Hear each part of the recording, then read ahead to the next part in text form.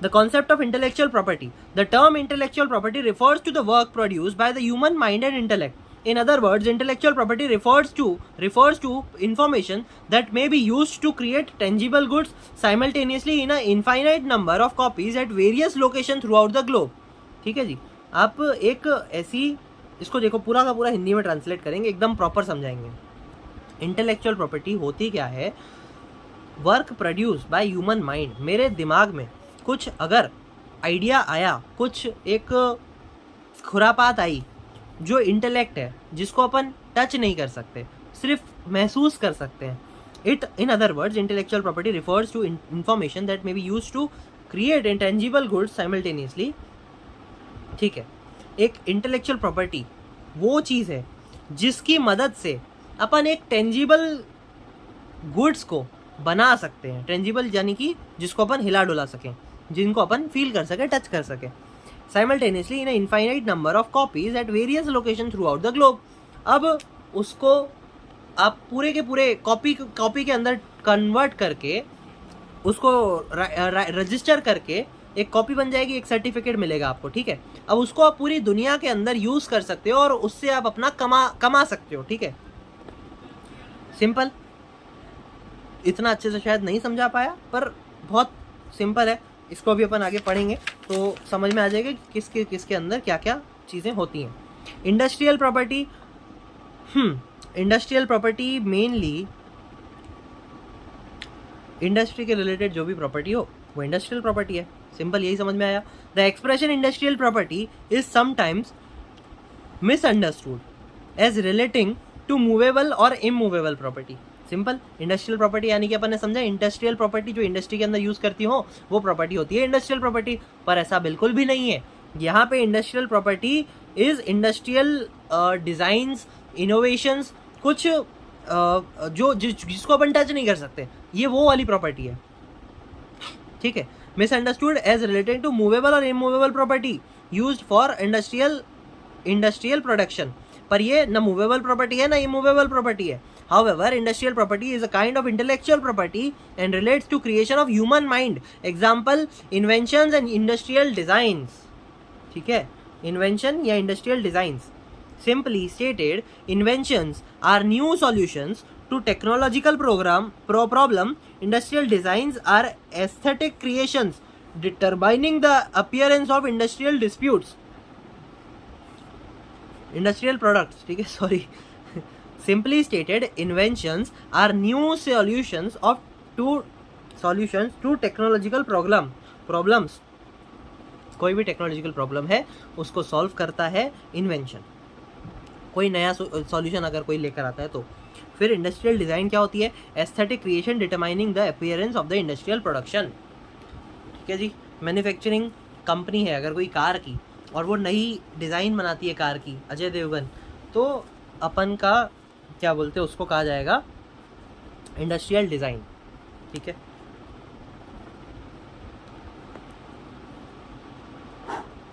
इन addition industrial property includes trademark. ओहो देखो, industrial property includes trademark, service mark, commercial names and designations including indication of source and appellations of origin and the protection against unfair competitions. ठीक है, protection again unfair competition यानी कि जो fair नहीं है उसके खिलाफ आपको सुरक्षा मिलती है. The term industrial property may not appear entirely logical in the sense that the inventions are only concerned with the industry. In other words, the invention are exploited in industrial plants, while the trademark, service mark, trade names, service names are concerned with both the commerce and the commerce as well as industry. ठीक है, यहाँ पे ये लोग बोल रहे हैं कि हमें पता है कि ये प्रॉपर वैसा नहीं है, पूरा लॉजिकल नहीं है. यहाँ पे अपन की दिमाग में सीधा ये चीज़ आती है कि ये इंडस्ट्री के रिलेटेड होगा. और वाइडर टर्म्स में अगर देखा जाए तो जो ट्रेडमार्क, सर्विस मार्क और ट्रेड नेम, सर्विस नेम ये सब होता है वो दोनों चीज़ों के लिए यूज़ कर सकते हो. मतलब उसमें सिर्फ इंडस्ट्री ही नहीं आएगी, उसमें आपकी नॉर्मल मतलब पूरी का पूरा कॉमर्स आ गया उसके अंदर. ठीक है, कॉमर्स भी आ गया, इंडस्ट्री भी आ गई, उसके अंदर दोनों आ गई. और इंडस्ट्रियल प्रॉपर्टी के अंदर सिर्फ इंडस्ट्री ही आती है. ठीक है, आती दोनों है पर ट्रीट ऐसे किया जाता है कि इंडस्ट्री के रिलेटेड चीज़ ही आती है. तो इसलिए थोड़ा सा अपन उसको कह सकते हैं कि इतना प्रॉपरली उसको नहीं फ्रेम किया गया है, कोई दिक्कत नहीं है. Notwithstanding the lack of logic, this term has acquired a meaning which clearly covers inventions as well as other marks. ठीक है, इसमें ये बोल रहे हैं कि भले ही इसमें लॉजिक नहीं हो, पर ये तो एकदम पक्का है कि इसके अंदर इन्वेंशंस और अदर मार्क्स जो भी रिलेटेड हो, मतलब जैसे अपन ने देखा सर्विस मार्क और ट्रेड नेम, सर्विस नेम, ये सब वो तो आते ही आते हैं, इन्वेंशंस और अदर मार्क्स। तो इन्वेंशंस में तो सारी चीज़ें आ गई, अपन ने ऊपर देखा अभी अपन ने। फिर बात कर रही है, the Paris convention also recognise industrial properties to cover patent, trademark, service mark, trade name, utility models, industrial designs, indication of source and applications of origin and the repression of unfair competition. Simple, Paris convention भी इसको recognise करता है और इसके अंदर treat industrial property to cover patent, trademark, service mark, trade name, utility model, industrial designs, indication of source, application of the origin and the repression of unfair competition. ठीक है, उसके साथ आपको मतलब ये सारी चीज़ें उसके साथ मिलती हैं। Hence industrial property right is a collective name of for rights referring to the commercial of industrial activities of a person. Simple. अब बात करते हैं अपन पेटेंट की। पेटेंट के अंदर क्या क्या आता है? A patent is a monopoly award that gives the investors control over the output and up to the certain points in the demand curve, the price of the patented goods. वापस, a patent is a monopoly award that gives the inventors control over the output. यानी कि patent, अगर मैंने कुछ बनाया और मैंने उस चीज़ को पेटेंट करवा लिया तो मेरे नाम पे वो मोनोपोली रहेगी, मेरे अलावा उस चीज़ को कोई यूज़ नहीं कर सकता। इन्वेंटर कंट्रोल, इन्वेंटर के हाथ में पूरा का पूरा कंट्रोल रहेगा उस पेटेंट के, जो भी आउटपुट निकलेगा उससे उसके हाथ में, मतलब उसके द्वारा जो भी उसको फ़ायदा होगा वो पूरा का पूरा इन्वेंटर का होगा। Up to the certain point in the demand curve the price of the patented goods. ठीक है, वो आपको फिर उसके भी मद्देनज़र रखते हुए करना पड़ेगा कि जो आपने गुड्स पे पेटेंट लिया है उसको आप डिमांड करके अनुसार ही चलाओ, उससे ज़्यादा मतलब ऐसे लालच नहीं करनी है वहाँ पे अपन को। ठीक है, the patent system primary economic and commercial justification is that it's encourage investment in industrial innovations. ऐसा क्यों किया गया? ताकि सामने वाला सोचे, सामने वाले को ऐसे अच्छा लगे कि हाँ यार मैंने अगर कुछ ऐसा सोचा तो मेरे को इससे फ़ायदा होगा।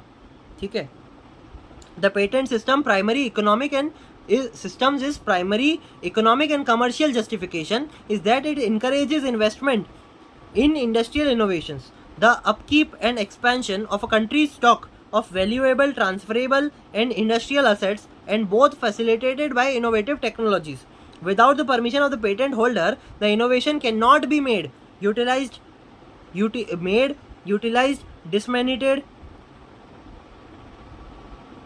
disseminated और सोल्ड फॉर अ प्रॉफिट।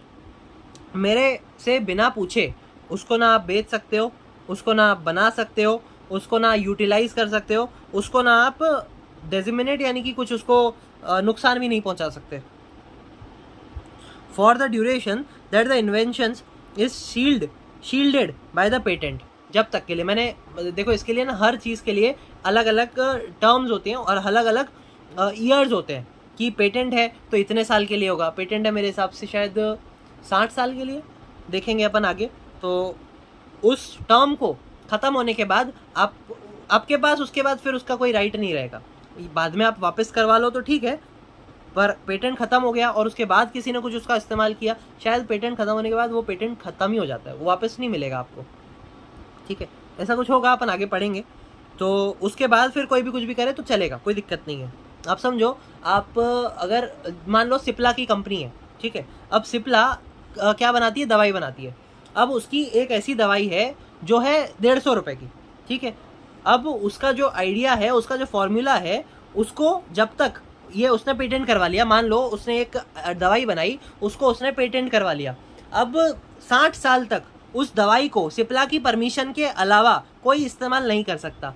पर जैसे ही वो 60 साल का समय ख़त्म हो जाएगा, उसके बाद वो सिप्ला की दवाई को कोई भी यूज़ कर सकता है बिना सिप्ला को पूछे। ठीक है, तो वो होता है patent. The owner of the patent may provide another party a license to exploit the innovations under mutually agreement terms. अगर मैं बोलता हूँ, मतलब अगर सिप्ला की कंपनी एक दूसरी कंपनी को बोलती है कि हाँ तुम भी मेरी ये वाली दवाई बनाओ, कोई दिक्कत नहीं है, तो वो म्यूचुअली अग्रीमेंट होगा जहाँ पे दोनों के दोनों पेटेंट यूज कर सकते होंगे, ठीक है। पर प्रायर अप्रूवल सिप्ला की लेनी पड़ेगी। From the day the patent application was submitted, the patent is valid for 20 years. ठीक है, अब मैंने 60 साल बोला ना, यहाँ पे अभी ध्यान रखना कि पेटेंट होता है 20 साल के लिए, यानी कि कोई भी, मतलब सिप्ला की अगर कोई दवाई बना रहा है, मतलब सिप्ला अगर जब दवाई बना रही है तो वो 20 साल तक उसको अपने नाम पे रख सकती है और 20 साल बाद उसको कोई भी यूज कर सकता है। The patent is valid for 20 years, ये ध्यान रखना इंपॉर्टेंट है। After a patent expires the invention is no longer protected and become part of the public domain. Part of the public domain यानी कि पब्लिक में उसको कोई भी इस्तेमाल कर सकता है। Meaning that the owner no longer has the sole right to use the invention. Sole right उसके पास खत्म हो जाएगा और वो फिर किसी और को रोक नहीं सकता कि हाँ यार ये तो मेरा इन्वेंशन था और अब तुम इसको कैसे यूज कर रहे हो, पर 20 साल बाद कोई भी इसको यूज कर सकता है, ठीक है जी। अब देखेंगे अपन ट्रेडमार्क। ट्रेडमार्क क्या होता है? ट्रेडमार्क होता है किसी भी कंपनी के लोगों को, किसी भी कंपनी के ब्रांड नेम को आप रजिस्टर करवा सकते हो एज अ ट्रेडमार्क। मान लो मेरी एक कंपनी है और उसका एक लोगो है, ठीक है, तो उस लोगो को मैं अपने नाम पे ट्रेडमार्क करवा लूंगा, उस लोगो को फिर कोई और यूज नहीं कर सकता, ठीक है जी। अभी पढ़ते हैं क्या बोला। A trademark tries to safeguard both the interest of the traders and the customers by the differentiating the items of one manufacturers और traders from comparable goods of others. ठीक है, इसका सबसे बेस्ट एग्जाम्पल है बिस्लरी, ठीक है जी। आप अगर बिस्लरी की बॉटल देखते हो तो बिस्लरी के नाम से, मतलब बिस्लरी उसको, मतलब वो थोड़ा बहुत ऊपर नीचे करके कितनी सारी कंपनियां हैं, बिस्लरी का ओरिजिनल शब्द आज तक किसी को ध्यान ही नहीं होगा कि हाँ यार ये कंपनी का नाम ये है, बिस्लरी, बिल्सेरी, काफ़ी ऐसे अलग अलग, ई पहले कर दिया, आर बाद में कर दिया, आर पहले कर दिया, ई बाद में कर दिया, ऐसे सब कुछ होता रहता है, ठीक है। अब जो ओरिजिनल कंपनी है उसने अपने बिस्लरी के नाम पे ट्रेडमार्क करवा रखा है, ठीक है। अब जब उसने रजिस्टर करवा दिया, अब जब मैं कभी बिस्लरी खरीदूंगा तो मेरे भी दिमाग में वो चीज़ आएगी कि हाँ यार ये ओरिजिनल चीज़ पी रहा हूँ मैं, ठीक है, ये नकली नहीं पी रहा मैं, पानी ही है। पर बिस्लरी की ओरिजिनल ट्रेडमार्क देखने के बाद मेरे दिमाग में ये सेटिस्फेक्शन रहेगा कि हाँ यार ये धोखाधड़ी नहीं है और ये मैं ओरिजिनल चीज़ पी रहा हूँ, और उससे फिर उसका भी ब्रांड नेम में भी फ़ायदा पड़ेगा, मतलब उसका बिस्लरी का तो फ़ायदा होना ही होना है जब वो रजिस्टर करवा लेगा, ट्रेडमार्क करवा लेगा। तो वही बोला हुआ है कि the trademark tries to safeguard both the interest of the trader the customer by differentiating the items. ठीक है, 4 बिस्लरी की बोतल है पर 4 में से एक ही सच्ची है, तो उसको डिफरेंशिएट करने का काम करता है ट्रेडमार्क ऑफ वन मैन्युफैक्चरर और trader from comparable goods of others. ठीक है जी। A trademark can be any combination of words, characters, number, symbol और device showing image of people, animal और बोथ। ठीक है, उसके अंदर क्या क्या आता है इस चीज को ध्यान रखना। Any combination of words, characters, number, symbol, device showing image of people, animal और both. A trademark act as an effective form of advertising for the goods and their quality since it denotes the relationship between the merchant and the item during the source of the commerce. The goal of trademark law is to give business the ability to acquire an exclusive right to use, share or assign a mark for registering their mark. ठीक है, similar to these services, marks set one company's service apart from those of other companies. ठीक है, एक company को ये पूरा का पूरा अधिकार देता है कि हाँ ये मैं ही यूज कर सकता हूँ, उसको कोई और कंपनी यूज नहीं कर सकती। ठीक, like inventions and industrial design, it is patentable. ठीक है, इसको भी आप रजिस्टर करवा सकते हो, पेटेंट करवा सकते हो। वेरियस कॉम्बिनेशंस ऑफ, सबका एक्ट अलग है, ध्यान रखना। अपन ने आगे देखा था पेटेंट एक्ट था कब का, पेटेंट एक्ट था 1970 का, पेटेंट एक्ट है 1970 का। तो पेटेंट के रिलेटेड आपको कुछ भी करना है तो पेटेंट एक्ट 1970 के तहत ही आपको करना पड़ेगा, और ट्रेडमार्क करना है तो ट्रेडमार्क का एक्ट था 1999। ठीक है, तो ट्रेडमार्क के लिए आपको 1999 मतलब एक्ट जो एक्ट है उसका वो पालन करना पड़ेगा उसका। Various combinations of words, letter, number, symbol, drawing, image and even sound can be used as a trademark. ठीक है, आप ट्रेडमार्क में ना वो भी कर सकते हो। आपको याद है नोकिया, जब नोकिया का जब फ़ोन आता था तो जब उसको स्टार्ट करते थे तो वो 2 हाथ मिलाते हुए आते थे। ठीक है, और उसकी कोई तो आवाज़ आती थी टोनो टोनो करके, ठीक है, तो उस आवाज़ को भी अपन ट्रेडमार्क करवा सकते हैं, ठीक है। वो हाथों को, मतलब जैसे ही मोबाइल चालू किया, स्विच ऑन किया तो दो हाथ मिलते हैं, तो वो दो हाथों को भी अपन उसको ट्रेडमार्क करवा सकते हैं, और जो वो साउंड बजती है बैकग्राउंड में उसको भी रजिस्टर करवाया जा सकता है under trademark act 1999। These are typically registered for 7 years। Trademark को अगर आपको करवाना है तो 7 साल के लिए आप उसको करवा सकते हो, but by reapplying they can be renewed indefinitely, ठीक है। अब एक कंपनी है नोकिया, तो वो नोकिया कितनी साल पुरानी कंपनी है, लगभग उसको 50 साल हो चुके हैं शायद, मतलब हाँ 30 साल तो आराम से हो गए, ठीक है। अब ये लोग बोल रहे हैं कि हम सिर्फ 7 साल तक तुम्हें ट्रेडमार्क देंगे, तो आप उसको रिन्यूएबल बेसिस पे आप कर सकते हो, ठीक है। रोज आपको, हर साल आपको वो तो देनी ही पड़ती है, क्या बोलते हैं उसको, रिन्यू फीस देनी पड़ती है। और अगर आपको 7 साल बाद भी अपने नाम पे रखना है तो आपको उसको वापस से अप्लाई करना पड़ेगा, वो वापस से सारा प्रोसीजर नहीं, पर एक हद तक आपको वापस से रीअप्लाई करना पड़ता है, ठीक है। तो ये टर्म याद रखेंगे, ट्रेडमार्क का समय है 7 साल, पेटेंट का समय था 20 साल। अब है कॉपीराइट। कॉपीराइट किसके ऊपर करते हैं, अपन ने देखा था पहले, अगर कोई व्यक्ति गाना गाता है, अगर कोई व्यक्ति कोई ट्यून बनाता है, मान लो AR रहमान ने कोई वो बनाई, एक नई धुन बनाई, तो वो धुन को कोई और, मैं अभी देखो इतने टाइम से एक धुन के ऊपर मेहनत कर रहा हूँ, AR रहमान सर मेहनत कर रहे हैं एक धुन के ऊपर, और वो धुन से वो काफ़ी अच्छी चीज़ें कर सकते हैं, और उस धुन को किसी ने चुरा लिया और अपने नाम पे रजिस्टर करवा दिया, तो ये तो कितना गलत हो जाएगा ना AR रहमान के साथ। तो इसलिए ये एक्ट आता है 1957 का था, ये कब का था, कॉपीराइट एक्ट था 1957 का, ठीक है जी। तो कॉपीराइट एक्ट 1957 के तहत आप किसी भी साउंड, किसी भी गाने, किसी भी एक्ट, किसी भी परफॉर्मेंस को आप कॉपीराइट करवा सकते हो अपने अंदर, मतलब उसके ऊपर फिर आप ही का अधिकार होगा। Copyright is well recognized form of property rights which had its roots in the common law system and subsequently came to the government by the international law in each country. Copyright, as the name suggests, arose as an exclusive right यानी कि एक particular व्यक्ति का, एक particular author का, देखो क्या लिखा है, copyright as the name suggests arose as an exclusive right of the author to copy the literature produced by him and stop others from doing so। मतलब मैंने अगर कुछ बनाया तो सिर्फ उसको मैं ही यूज़ कर सकता हूँ, कोई और यूज़ नहीं कर सकता।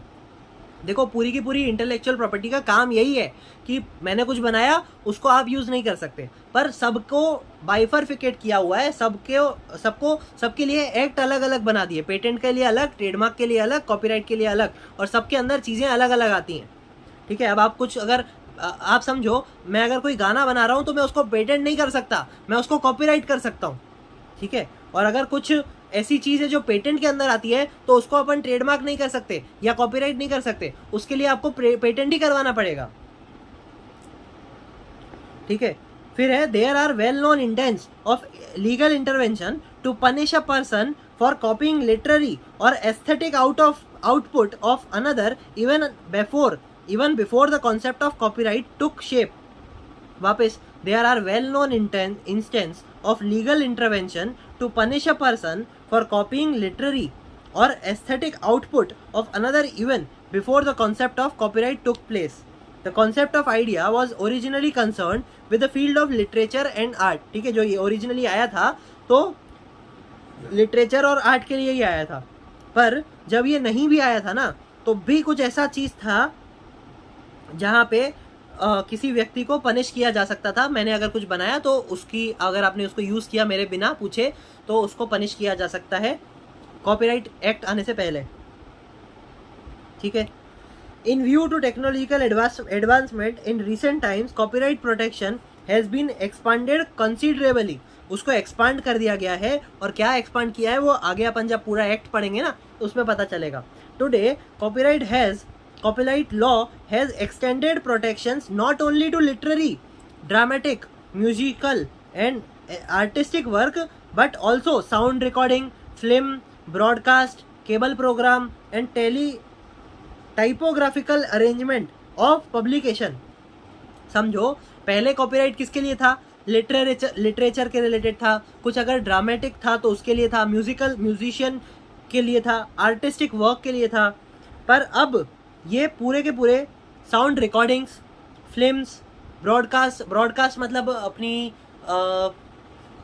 ब्रॉडकास्ट में ना आप उसको ले सकते हो, जियो के पास ब्रॉडकास्टिंग राइट थे आईपीएल के, ठीक है। पहले आपको याद होगा हॉटस्टार पे आते थे, पर उसके बाद जियो ने उसके राइट्स खरीद लिए थे, तो आईपीएल फिर दिखता था सिर्फ जियो के ऊपर, तब फिर वो हॉटस्टार नहीं दिखा सकता, सिर्फ जियो ही दिखाएगा फिर, ठीक है। तो वो ब्रॉडकास्टिंग राइट थे किसके पास, जियो के पास, तो उसको अपन अब मतलब वो कॉपीराइट के अंदर आ जाता है, ठीक है। फिर केबल प्रोग्राम जो टीवी पे एड्स और कोई जैसे मान लो वो है, सोनी है, स्टार प्लस है, जी टीवी है, तो उसके ऊपर कुछ अगर आ रहा है तो वो जी टीवी वाला ही दिखा सकता है। जी टीवी वाला फिर वो अगर कलर्स दिखाने लग गया तो फिर वो जी टीवी वाला उसको अपना वो कर सकता है, क्लेम कर सकता है, उसको पनिश कर सकता है, जो भी कर सकता है, ठीक है। Computer program have also been brought with in the purview of copyright law, ठीक है। कंप्यूटर प्रोग्राम्स भी अब इसके अंदर आते हैं कॉपीराइट लॉ के अंदर।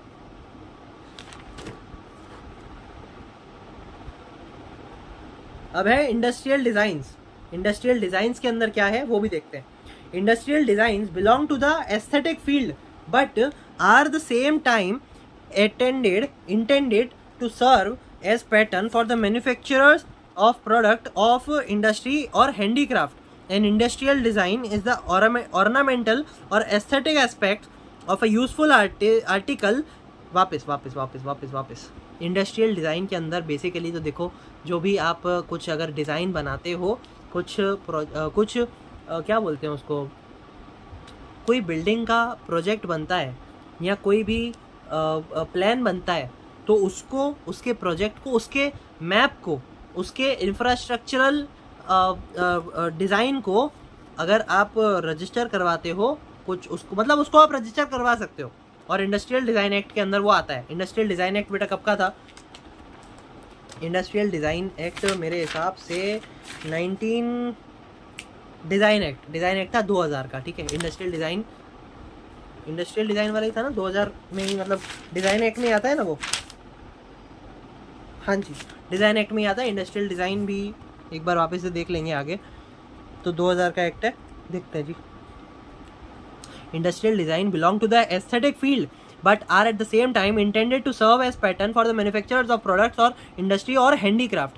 An industrial design is the ornamental or aesthetic aspects of useful articles which must appeals to the sense of sight and may consist of the shape and or pattern and or color or article. An industrial design to be protectable must be new and origin, ठीक है जी। Industrial designs and are protected against unauthorized copying or limitations for a period which usually last for 5, 10, 15 years. अपन ने copyright के लिए अपन को साल नहीं दिए हुए हैं, इसके लिए भी अपन देखेंगे, ठीक है। आगे अपन को बताएंगे कि ये कितने साल के लिए होता है, तो नहीं भी हुआ तो ठीक है, कोई दिक्कत नहीं है। इसके लिए डिज़ाइन एक्ट के लिए अपन का है 5, 10, 15 साल की कुछ अपने को वो दिए हुए हैं कॉम्बिनेशंस, वो फिर देखा जाएगा। वो फिर पर्टिकुलर डिज़ाइन के ऊपर डिपेंड करता होगा कि आप 5 साल के लिए कर सकते हो, 10 साल के लिए कर सकते हो, कि 15 साल के लिए कर सकते हो, या उससे भी ज़्यादा अगर कर सकते हो तो उसके अंदर बता दिया जाएगा। Textile designs were the first to receive legal protections as early in 1787. The first act of design protection was enacted in Great Britain for the encouragement of the arts of designs and printing, linens, cottons, calisos and muslins by vesting properties thereof in the designers, printers and proprietors for a limited time. This was the experimental measure extending protection for a limited duration. Shortly thereafter its life was extended and soon afterwards it was made perpetual.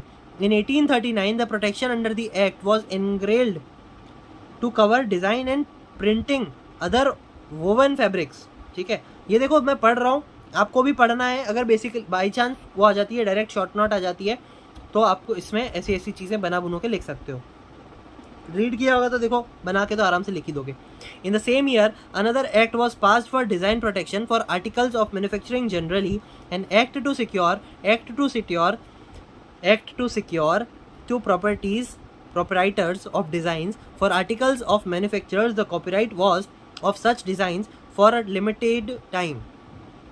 In the same year, वापस से पढ़ते हैं, in the same year another act was passed for design protection for article of manufacturers generally, an act to secure to proprietors of designs for articles of manufacturers the copyright of such design for a limited time. The legislative process for design protection took rapid strides thereafter. A consolidating and updating measures enacted in 1842, an act to consolidate and amend the law relating to the copyright of design for ornamenting articles of manufacturers, repealed all the earlier statutes referred to above. ठीक है, पढ़ लेना, ठीक है, simple है भाई, read only वाला समझो इसको, आगे आएगा तो भी अपन उसमें भी देख लेंगे। तो पूरे चैप्टर में से कुछ ना कुछ तो भाई 1 पेज 2 पेज तो बना ही लोगे, उसमें अपन को पेज कवर करने नहीं है, अपन ने तो पॉइंट्स लिखने हैं, रेलेवेंट पॉइंट लिखे, 3-4 मार्क में अगर उसको कुछ पूछा तो अपने 8-10 पॉइंट लिख दिए, अच्छा खासा अपना लिख दिया जाएगा, मतलब हो जाएगा। The inventions and design act 1898, the inventions and design act 1898 वो विच consolidated and amended the law relating to the protection of inventions and design, contained provisions relating to designs in a separate part. The British Patent and Design Act 1907 became the basis of the Indian Patent and Design Act 1911. The patent provision of the Indian Patents and Design Act 1911 was repealed by the Patent Act 1970. A post-independence updating and consolidations of the patent law, the design provisions of the Indian Patent and Design Act 1911 continue with some consequential amendment with the title of the Design Act 1911. The new Design Act 2000 was been passed by the Parliament. ठीक है, अब अभी अपने ध्यान रखना है कि अपना काम का है डिज़ाइन एक्ट 2000। ठीक है, अब अपन देखेंगे जियोग्राफिकल इंडिकेशन क्या बोला है इसके अंदर। Geographical indicator is that part of the industrial property that designated a nation और a location within it as the nation और place of origin of that product. Such a name typically carries a guarantee of quality and individuality, which is mostly due to the fact that is originated in the specified geographical place, region or nation. Signs that identify a product's exact geographical origin are known as geographic indicator. कोई भी product पे या किसी भी चीज़ पे आपका शहर या कोई भी ज्योग्राफिकल लोकेशन इंडिकेट होती है, इसका मेरे को एग्जांपल ध्यान नहीं आ रहा, पर अगर कोई भी आपको अगर ध्यान आए तो मेरे को कमेंट करके बताना। उसको ज्योग्राफिकल प्लेस, रीजन या नेशन करती है आगरा का पेठा। ठीक है, अब आगरे का पेठा मेरे हिसाब से तो देखो यही होगा। बहुत बढ़िया, बहुत बढ़िया, यही आगे ना इसके एग्जाम्पल भी दिए हुए हैं, पढ़ेंगे। आपको याद आ रहा होगा आगरा का पेठा आगरा को डिपिक्ट करता है। ठीक है, आप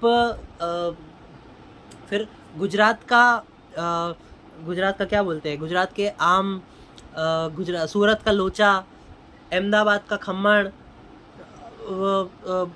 इंदौर का पोहा, ठीक है, नागपुर के संतरे, बंगाल का रसगुल्ला, फिर पंजाब के छोले भटूरे, साउथ का डोसा, इडली सांभर, ये सब, मेंदू वड़ा। तो ये सब खाने की चीज़ें या कोई भी प्रोडक्ट आपका कोई जगह रिप्रेजेंट करता है तो वो अपना कवर होता है जियोग्राफिकल इंडिकेशन में। ठीक है, अब इसको पढ़ते हैं। Geographical indicator is that part of the industrial property that designate a nation और a location within it as the nation of the place और origin of that product. Such a name typically carries a guarantee of quality and individuality. अब मान लो यहाँ पे मैं ना अभी घूम रहा था कहीं, तो मेरे को दिखाई दिया बॉम्बे का vada pav.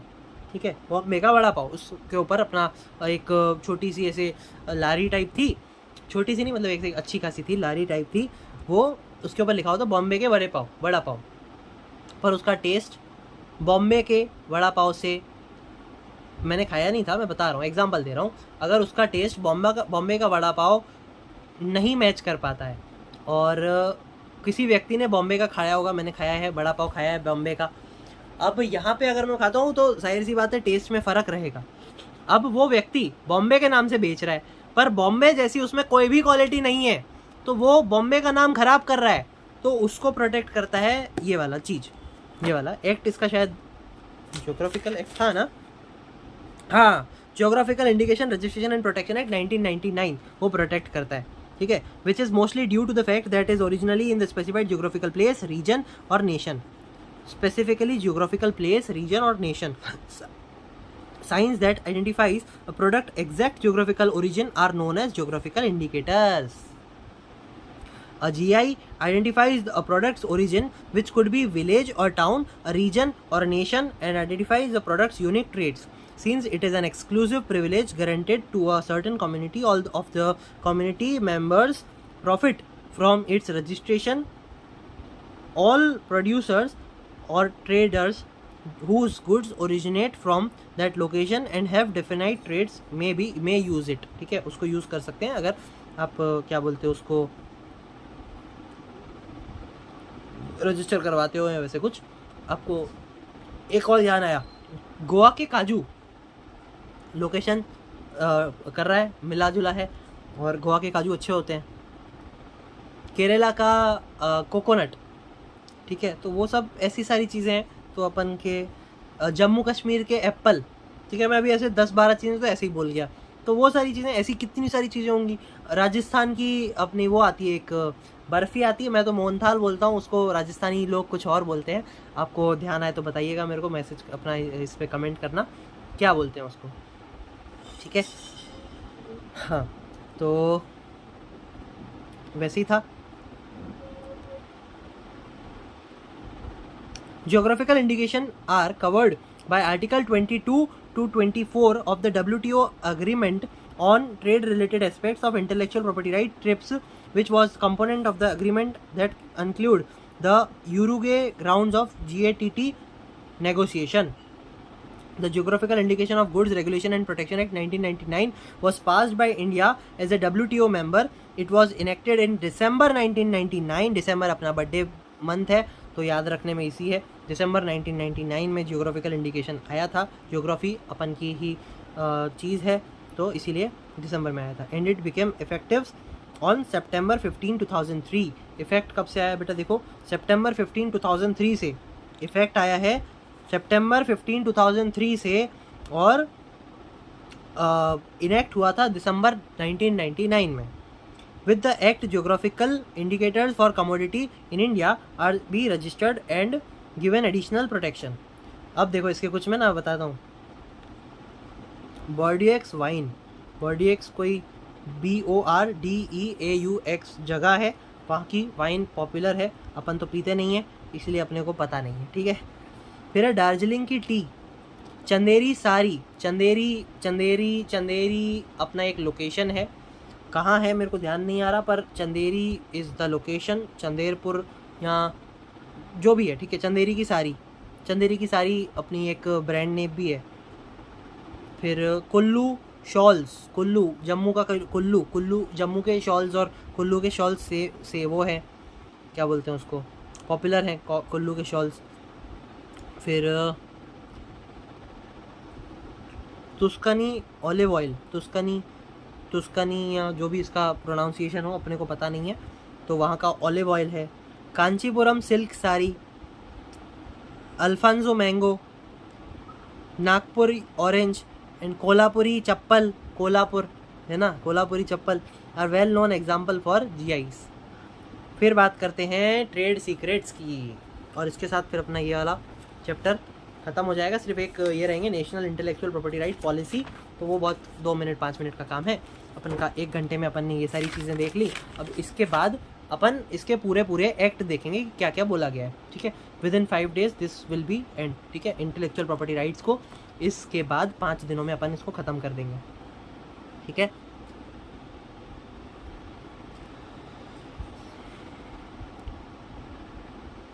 Trade secret, a trade secret is a method practice, procedure, design, instrument, pattern, or collection of information that is not widely known or easily discoverable, and through which a company might gain a competitive edge over rivals or clients. ठीक है, एक proper method, practice, ये ध्यान रखना बेटा, वो है define है इसकी प्रॉपर.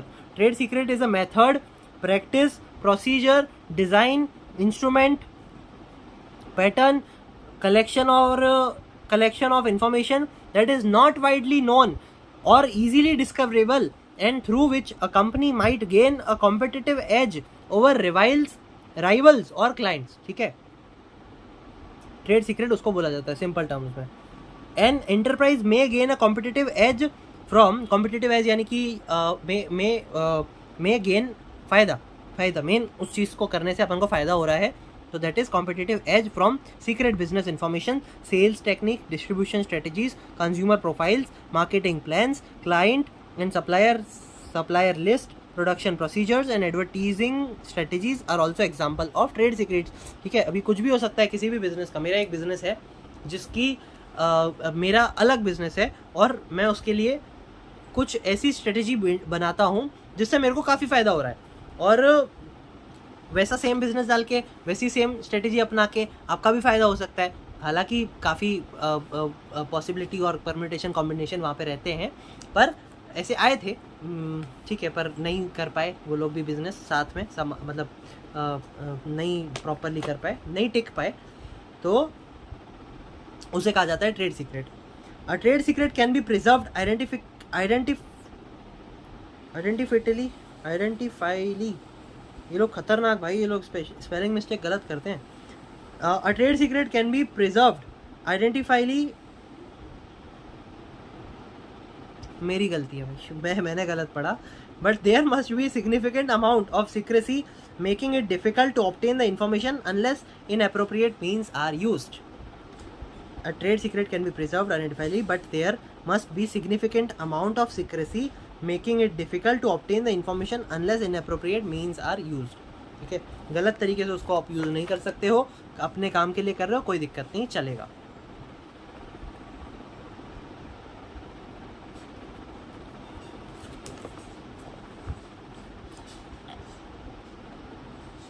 ठीक है जी, एक समाप्त करते हैं इस चीज़ को.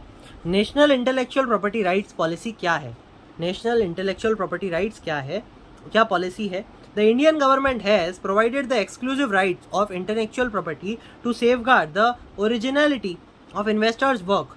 The simplest form of intellectual property is an intangible work of human imagination. On May 12th 2016, the Union Cabinet approved the IPR policy. IPR policy focus on improving access to healthcare, food security, and environmental protection, among other areas of critical social, economical, and technological importance, fostering creativity and innovations, and thereby promote entrepreneurship and enhance socio-economic and cultural development. ठीक है, IPR policy focus किस पे करती है? Improving access to healthcare. कोई भी product की गलती की वजह से या कुछ उसकी वजह से, क्या बोलते हैं उसके अंदर क्या होते हैं, इंग्रेडिएंट्स की वजह से किसी की हेल्थ को नुकसान हो, तो वो food security and environmental protection, आपके किसी सामान से या आपके किसी पदार्थ से इन्वायरमेंट को तो नुकसान नहीं हो रहा, among other areas of critical social, economical and technological importance. आपको याद होगा रिलायंस की उसकी वजह से, कंपनी की वजह से, उसकी फैक्ट्री की वजह से काफ़ी एक टाइम पे ना वो बढ़ गया था, क्या बोलते हैं उसको, धुआं और एयर पॉल्यूशन बढ़ गया था, काफ़ी एयर पॉल्यूशन बढ़ गया था. तो इसी चीज़ को मद्देनज़र रखते हुए गवर्नमेंट ने उन लोगों को पेनल्टी बोला था, अब तुम्हें इतने पेड़ लगाने पड़ेंगे या इतने तुम्हें ये करना पड़ेगा. तो उन लोगों ने इतने सारे पेड़ लगाए आम के, तो आज इंडिया में या पूरे वर्ल्ड में उनका शायद नंबर 1 पे, वो मैंगो प्रोडक्शन में नंबर 1 पे है या नंबर 2 पे. इंडिया में तो नंबर 1 पे ही है, बाकी पूरे वर्ल्ड का मेरे को ध्यान नहीं आ रहा अभी, पर फिर भी टॉप पे है. ठीक है, और अच्छा खासा उनका नाम है उस चीज़ में भी. तो इसी को देखते हुए करा जाता है, क्योंकि इन लोगों को सोशली भी ध्यान रखना है, इकोनॉमिकली भी ध्यान रखना है, टेक्नोलॉजिकली भी ध्यान रखना है और इन्वायरमेंटल को प्रोटेक्ट करना है। दूसरा, fostering creativity and innovations. Fostering यानी कि बढ़ावा देना creativity and innovations and thereby promote entrepreneurship and enhance socio economic and cultural development. The policy outlines seven goals ठीक है। The policy outlines 7 goals that are further defined with actions that must be taken by the designated nodal ministry or department. The goals are briefly discussed below. IPR awareness करना है IPR के related. Outreach and promotion to create public awareness about the economic, social and cultural benefit of IPR among all social sections of society. फिर है generations of IPRs to stimulate the generation of IPR. Legal and legislative framework to have strong and effective IPR laws which balance the interest of rights owners with larger public interest. ठीक है, legal and legislative frameworks to have strong and effective IPR laws which balance the interest of rights owners with larger public interest. IPR awareness, generation of IPR, कैसे उसको generate किया जा सकता है, legal and legislative framework, उसको पूरा कैसे काम करा जा सकता है, उसके लॉ को ध्यान रखते हुए उसको अच्छा करना और लोगों का फ़ायदा करना, पब्लिक इंटरेस्ट के अंदर ही करना है जो भी करना है। Administration and management to modernise and strengthen service oriented IPR administration. Administration को अच्छा करना, मैनेजमेंट को अच्छा करना, स्ट्रेंथन करना बेसिकली। कमर्शियलाइजेशन ऑफ IPR, कैसे उसको आप कमर्शियलाइज करके कमा सकते हो, ठीक है। Get value of IPR through commercialisation, IPR के द्वारा आप कैसे कमाई कर सकते हो। इन्फोर्समेंट, कुछ नहीं करना है भैया, अपने रॉयल्टी खानी है सिर्फ, तो बैठे बैठे कमाई हो गई, तो उसको कैसे कमर्शियलाइज कर सकते हो उसकी बात करी गई है। Enforcement and adjudication. मेरे यार शब्द थोड़े से मैं ऊपर नीचे कर लेता हूँ, तो थोड़ा सा वो एडजस्ट कर लेना। Enforcement and adjudication to strengthen the enforcement and adjudicatory mechanism for combating IPR infringement. IPR infringement यानी कि infringement मतलब देखो सिंपल मतलब होता है उल्लंघन, ठीक है। तो उसको अच्छा करना, उसको कोई ना कर पाए वो ध्यान रखना। Strengthen the enforcement and adjudication mechanism for combating यानी कि उस चीज़ को लड़ना, उल्लंघन करने से किसी और को रोकना, ठीक है। Human capital development to strengthen and expand human resources, institutions and capacities for teaching, training, research and skill building in IPR, ठीक है। लोगों को एक तरीके से समझाना बुझाना वही सभी है। Institution and capacity for teaching, training, research and skill building about IPR। इसी के साथ अपना ये सब खत्म होता है, इंट्रोडक्शन ख़त्म होता है। इसकी मैं 2 पार्ट में वीडियो बनाऊंगा, 2 पार्ट में वीडियो डालूंगा, ताकि अगर सिर्फ किसी को इन शॉर्ट में ये सब देखना हो, क्या बोलते हैं, trade related aspects of intellectual property rights, तो अच्छा नहीं, ट्रेड रिलेटेड नहीं है भैया, अपन ने क्या देखा अभी, the concept of intellectual property rights, इसका टाइटल ही अपन यही रखेंगे, ठीक है।